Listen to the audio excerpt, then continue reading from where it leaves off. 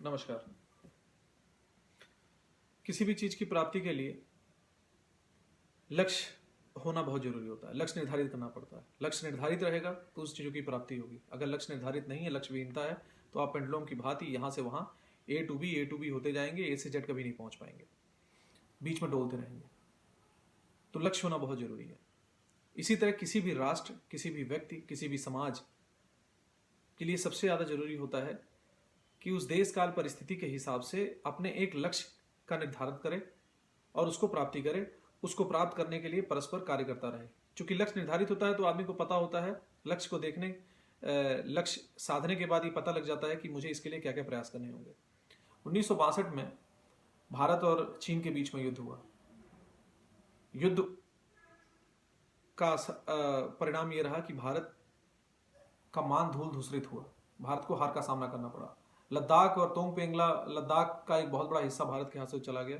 लेजांगला में हमने किसी तरह से, लेजांगला और तोंग पेंगला में हमारी भारतीय सेना ने बहुत बहादुरी के साथ उन्हें लड़ाई लड़ी और चीनी फौजों को एडवांस होने से रोक लिया। लेकिन नेफा में तमांग हो गया, बोमडीला हो गया, यहाँ पे हमारे मोर्चे टूट गए।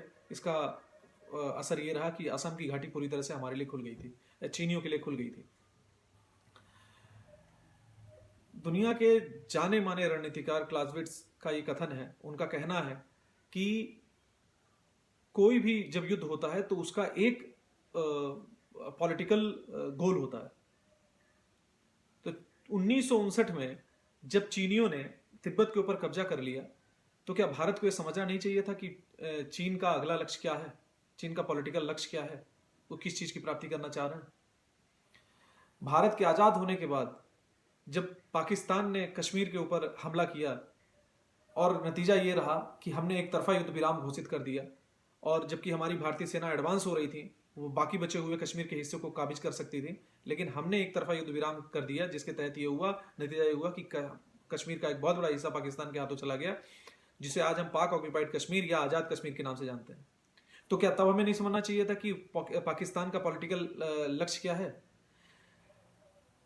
1971, 1963, 1962 के युद्ध के तत्काल बाद पाकिस्तान ने गिलगित बाल्टिस्तान में सक्सगम घाटी का तकरीबन 5180 स्क्वायर किलोमीटर का area as a friendship gesture चीन को गिफ्ट में दे दिया।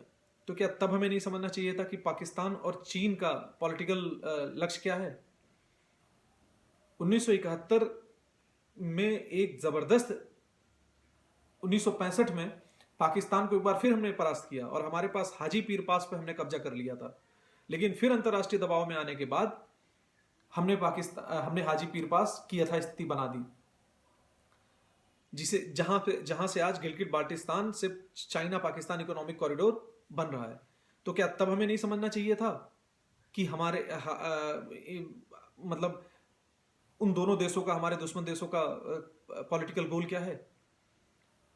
1971 में हमने फिर पाकिस्तान को एक बहुत बुरी तरह से उनको हराया। हमने बांग्लादेश राष्ट्र का सृजन कर दिया।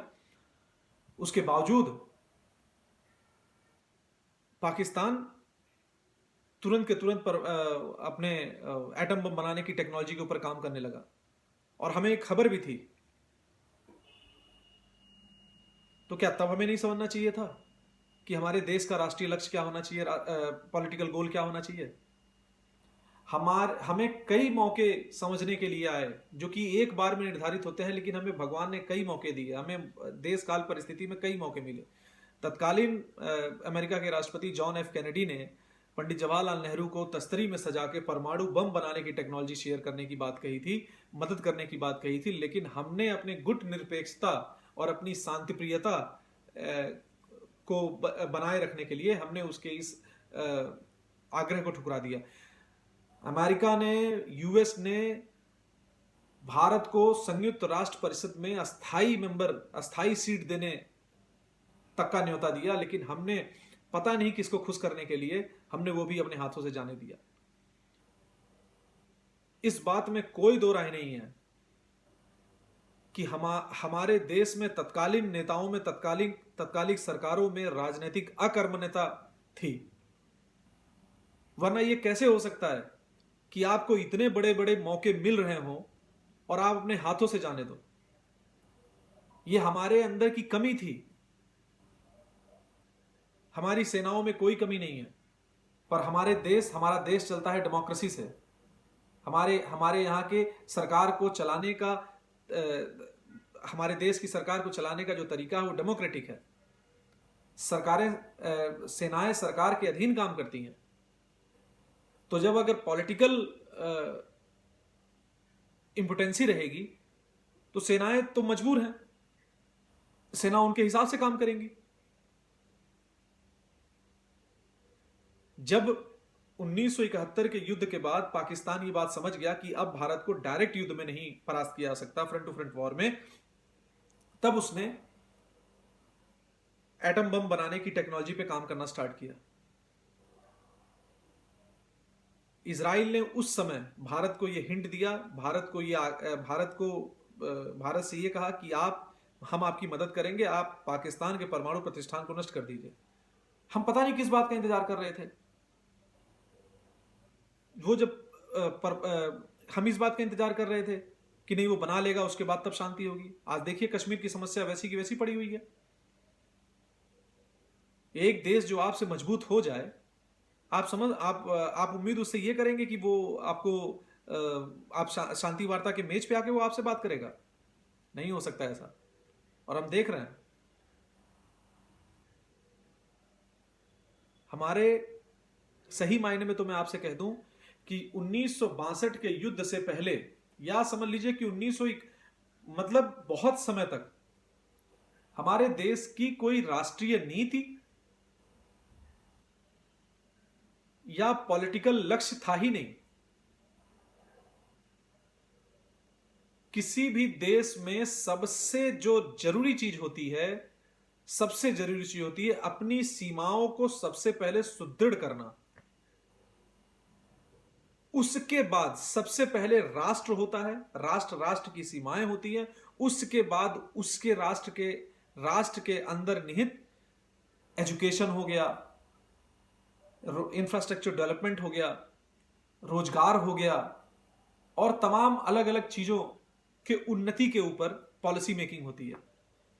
लेकिन हमारे पास ऐसा कुछ भी नहीं था उस समय, न किसी को फिक्र थी। लेकिन अब मैं इस बात को कहूंगा कि समय बदला हुआ है।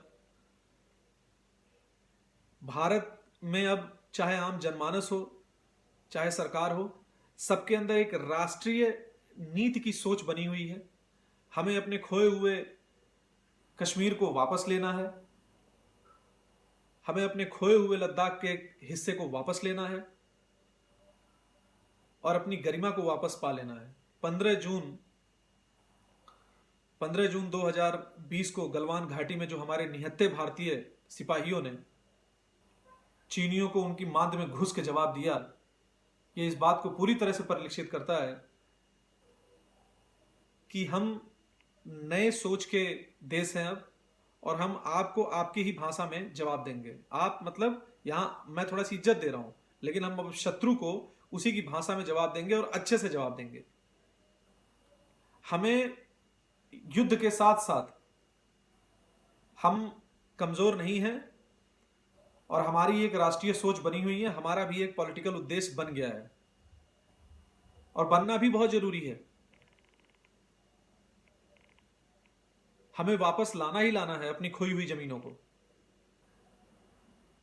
एक राष्ट्रीय चरित्र को वापस, जिस राष्ट्रीय चरित्र को हम वापस बिल्ड कर रहे हैं, जो नेशनलिज्म को हम वापस बिल्ड कर रहे हैं, जो पेट्रियोटिज्म को हम वापस बिल्ड कर रहे हैं, वो नितांत आवश्यक है, वो यूं ही रहना चाहिए।